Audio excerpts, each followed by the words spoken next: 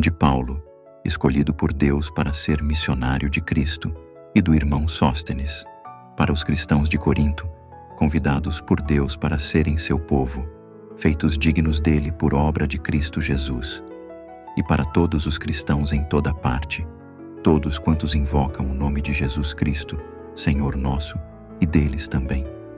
Que Deus, nosso Pai, e o Senhor Jesus Cristo deem de todas as suas bênçãos a vocês, bem como grande paz, tanto de mente como de coração.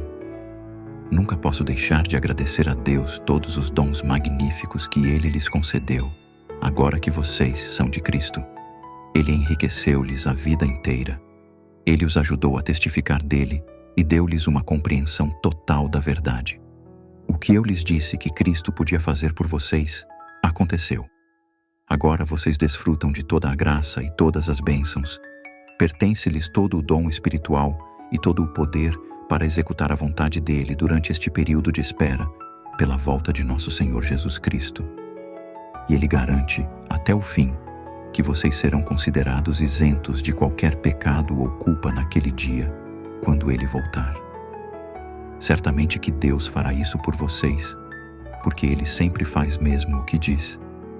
E foi ele quem nos convidou a essa maravilhosa amizade com seu Filho, Cristo, nosso Senhor. Mas, queridos irmãos, suplico-lhes encarecidamente em nome do Senhor Jesus Cristo que parem essas discussões entre vocês, que haja verdadeira harmonia, a fim de que não apareçam divisões na igreja. Eu lhes imploro que tenham o mesmo modo de pensar, unidos na mente e nas intenções.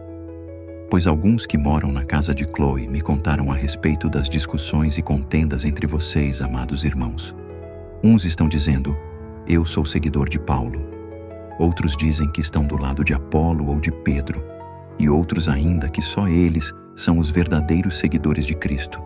E assim vocês, de fato, partiram Cristo em muitos pedaços. Mas será que eu, Paulo, morri por seus pecados? Alguém de vocês foi batizado em meu nome? Sinto-me bem contente agora por não ter batizado nenhum de vocês, a não ser Crispo e Gaio. Porque agora ninguém pode pensar que eu estava procurando começar algo novo, fundando uma igreja de Paulo. Ah, sim, batizei a família de Estéfanas, e não me recordo de ter batizado ninguém mais. Cristo não me enviou a batizar, mas a pregar o Evangelho, e até minha pregação parece pobre, pois não recheio meus sermões com palavras profundas e ideias de grande efeito, por medo de diluir o poder grandioso que há na mensagem simples da cruz de Cristo. Sei perfeitamente bem como parece tolice àqueles que estão perdidos quando ouvem que Jesus morreu para salvá-los. Nós, porém, que somos salvos, reconhecemos esta mensagem como o próprio poder de Deus. Deus diz, eu destruirei todos os planos humanos de salvação, não importa quão sábios eles pareçam, e ignorarei as melhores ideias dos homens, até as mais brilhantes.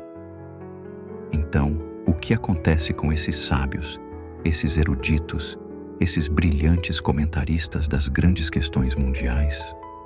Deus fez com que todos eles parecessem ridículos e mostrou que a sua sabedoria é uma tolice inútil. Deus, em sua sabedoria, providenciou para que o mundo nunca encontrasse a Deus através da inteligência humana. E então ele se manifestou e salvou todos quantos creram em sua mensagem, essa mesma que o mundo considera absurda e ridícula. Parece absurda para os judeus, porque eles desejam um sinal do céu como prova de que o que está sendo pregado é verdadeiro, e é ridícula para os gentios, porque eles creem somente naquilo que concorde com a sua filosofia e lhes pareça sábio. Por isso, quando pregamos que Cristo morreu para salvá-los, os judeus se ofendem e os gentios afirmam que tudo isso é disparate. Deus, porém, abriu os olhos dos que foram chamados para a salvação, tanto judeus como gentios, para verem que Cristo é o grandioso poder de Deus para salvá-las. O próprio Cristo é o centro do sábio plano de Deus para a salvação deles. Este plano de Deus, chamado de absurdo, é bem mais sábio do que o plano mais sábio do homem mais sábio.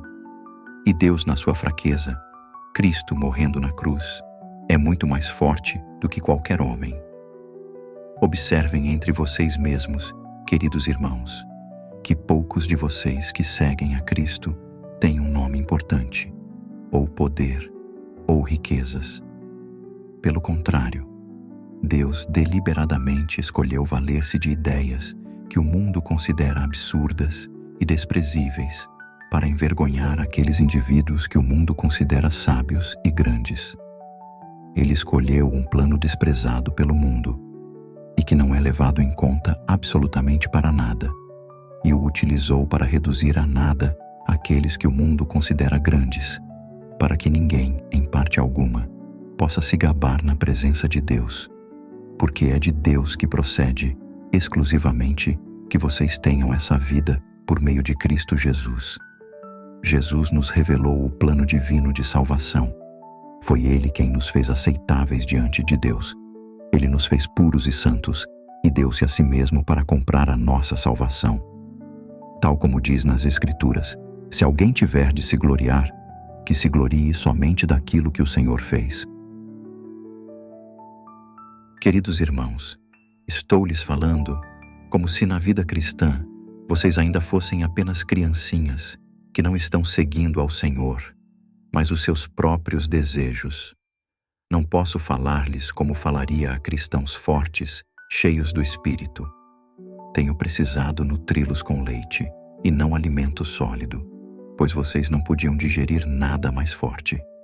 E mesmo agora vocês ainda precisam ser alimentados com leite. Vocês ainda são cristãos de primeira infância apenas, controlados por seus próprios desejos e não pelos de Deus.